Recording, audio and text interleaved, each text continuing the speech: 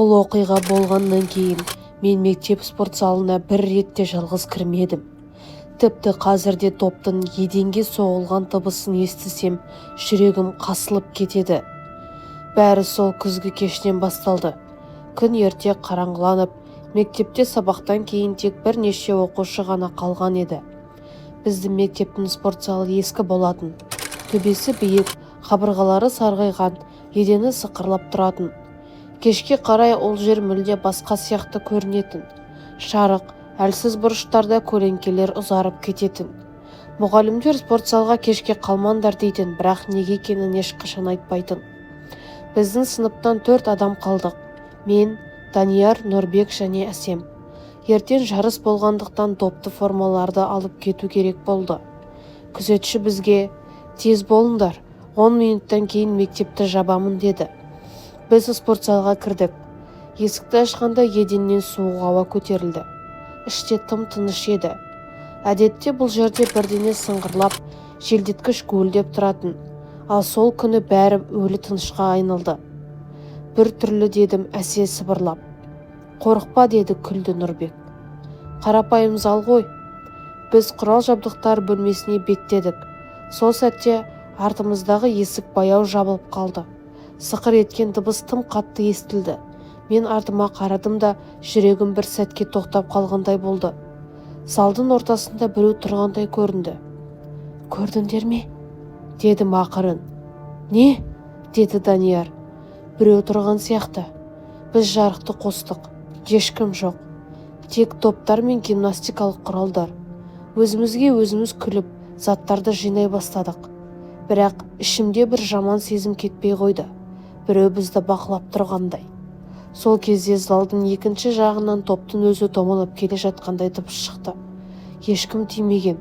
Топ бізге қарай баяу қозғалды да дәл аяғымыздың жанына тоқтады. "Жарайды, әзіл жеткілікті" деді Нұрбек. "Кім істеді?" Бірақ ешкім ештеңе деген жоқ. Кенеттен шамдар бір сәтке өшіп жанды. Сол аралықта біреу күліп жібергендей болды. Бұл күлкі балада емес, ересек те емес.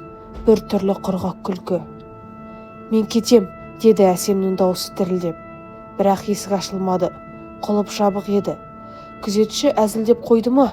деді Данияр. Сол сәтте трибуналардың жақ жанынан аяқ дыбысы естілді. Біреу жүгіріп келе жатқандай. Бірақ ешкім көрінбейді. Аяқ дыбысы жақындаған сайын жүрегіміз қатты соғып кетті. Кенет жарық толық өшті. Қараңғылықта тек бір нәрсе естілді: тыныс алу. Дәл қасымызда суық, ауыр тыныс. "Мұнда тағы біреу бар" деп сыбырлады Әсем. Жарық қайта жанғанда бір трибунаның астында бір баланы көрдік. Ол ескі спорттық формада, шашы бетіне түсіп кеткен, қолында доп ұстап тұрды. Бірақ оның көзі қараңғы, тірі, адамдікі емес сияқты еді. "Сендер де қалдыңдар ма?" деді ол бәсең дауыспен. "Сен кімсің?" деп сұрады Данияр. "Мен..." Ол бір сәтке үнсіз қалды. "Мен осы залда құлап өлгенмін. Біз қозғала алмай қалдық. Олар бәрін жауып тастады" деді ол.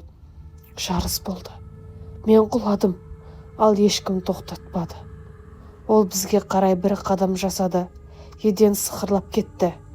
"Енді бұл зал менікі" деді ол. Топ оның қолынан жерге түсті де өздігінен секіре бастады. Әр соққы сайын залда жаңғырық күшейе түсті. Шамдар қайтадан өшіп жанды. Біз айқайлап есікке жүгірдік.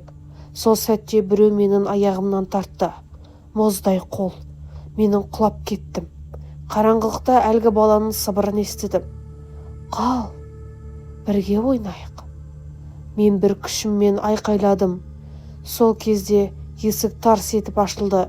Жарық кірді. Күзетші тұр екен. "Не істеп жүрсіңдер?"